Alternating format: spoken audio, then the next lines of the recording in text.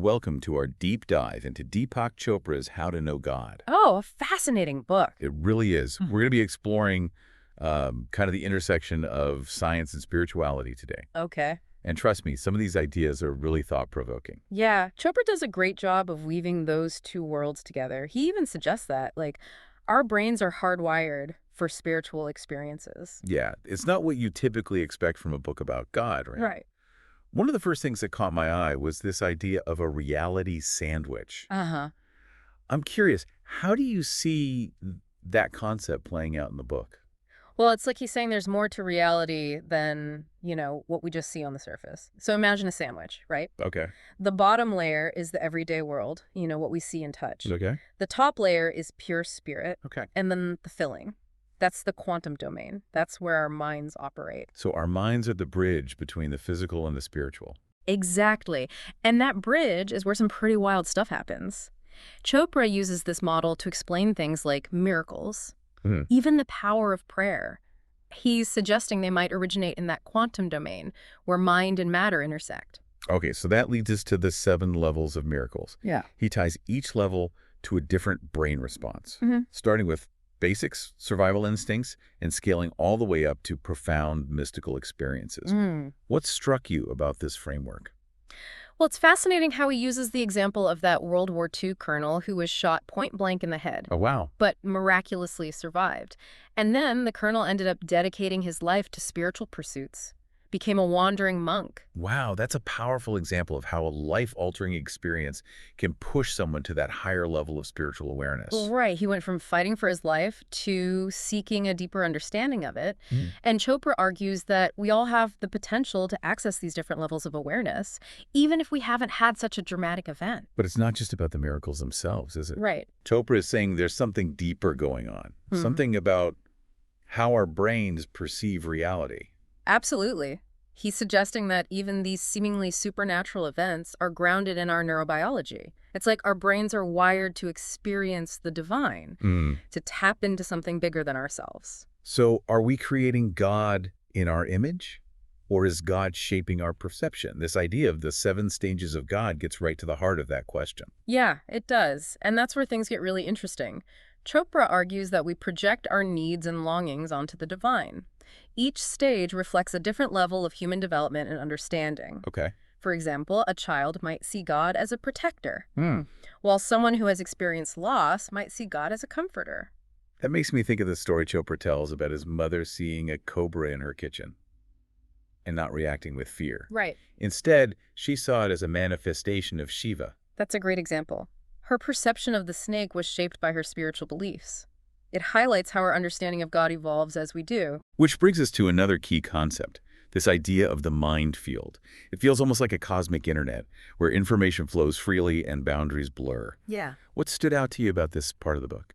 Well, Chopra suggests that phenomena like clairvoyance and prophecy operate within this mind field. It's a level of reality where time and space might not behave as we typically understand them. That sounds like something straight out of science fiction. But then he grounds it with personal anecdotes, like the series of unlikely events that led to his meeting with artist Suzanne Malcolm. It makes you wonder, are these just coincidences or something more? Right. It challenges our assumptions about cause and effect, about what we think we know about reality. Yeah. And he pushes it even further with the concept of the event horizon. It's like he's saying even the cosmos has its limits. And we might have to cross over to find the source of spirit. Exactly. He's suggesting there's a realm beyond what we can currently perceive or measure. It's a pretty mind-bending concept, but it aligns with mystical traditions across cultures and throughout history. So where does all this leave us in terms of understanding our own spiritual journey? Chopra seems to ground this exploration in the concept of the soul. He talks about the soul's dual nature, Jiva and Atman, our personal and universal selves. Right. He sees the soul as the bridge between our virtual and physical selves.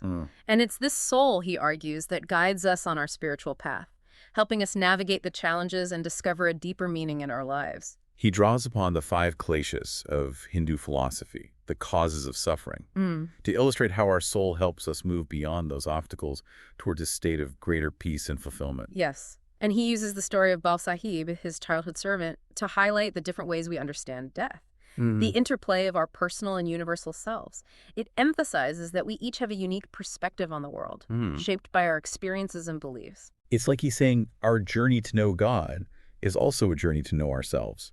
We have to explore our own inner landscape, our beliefs and motivations, to truly understand our place in the cosmos. Yeah, absolutely. And that journey of self-discovery, that's where intention comes into play. Chopra emphasizes aligning our intentions with our spiritual growth, suggesting that's where we find true fulfillment. So it's not just about what we want, but why we want it. Our motivations matter. Absolutely. He contrasts intentions driven by ego needs, like the desire for power, with intentions aligned with the spirit, things like the pursuit of truth or love. Think about a time when you really wanted something. Was it coming from a place of ego or spirit? How did that impact the outcome? Chopra argues that letting go of those ego-driven desires and aligning ourselves with a higher purpose can lead to a more meaningful life. He even outlines 9 principles to guide the spiritual journey. One that resonated with me is the idea of surrendering to a higher power, recognizing that we're not always in control. It can be a challenging concept, but it's a powerful one. It reminds me of the story Chopra shares about the man seeking guidance from J. Krishnamurti, about his visions of a wise monk. The real question wasn't whether the vision was real, but whether it was leading the man towards self-knowledge. It's about trusting the process, even when it's unclear where it's leading us. Trusting that there's a deeper intelligence at work, even if we don't fully understand it. Yeah. That's a recurring theme throughout the book. And it ties into this larger question that Chopra keeps coming back to. What kind of world did God create? It seems like he's saying the answer depends on our own level of awareness. He revisits the 7 stages of God, offering a glimpse into the worldview of each stage. It's as if each stage reveals a different facet of creation, a different way of experiencing God's presence in the world. It's fascinating how he describes the journey we take at each stage, the challenges we face, the temptations that pull us off course. Yeah. It's a pretty honest and insightful exploration of human nature, and it resonated with me on a personal level. What about you? Did any of the stages stand out to you as particularly relatable? Well, I found myself reflecting on the stage where the world is seen as a place of rules and order. It reminded me of a time when I was very focused on achieving external success, on following a very specific path. It felt safe and secure, but also limiting in a way. It's like we're all on this journey, but we're at different points along the path. And Chopra doesn't shy away from the difficult questions. He tackles the nature of good and evil, the masks we wear to hide our true selves, the things we do to avoid facing our own shadows. He also explores the 7 levels of fulfillment, mirroring the 7 levels of miracles. Okay. It's about finding satisfaction and meaning in our lives. And it's interesting how he ties each level back to a specific brain response. So even our capacity for fulfillment is rooted in our biology. That's what he suggests. It starts with basic survival needs like food and shelter, and then moves up to higher needs like the need for love, creativity, and ultimately unity with the divine. It's a beautiful vision of human potential. It suggests we're all capable of experiencing profound fulfillment, not through material possessions or achievements, but through a deep connection with our true selves and with something larger than ourselves. And it circles back to the power of intention. By setting our intentions in alignment with spiritual growth, with the desire to know God, we open ourselves up to that deeper level of fulfillment.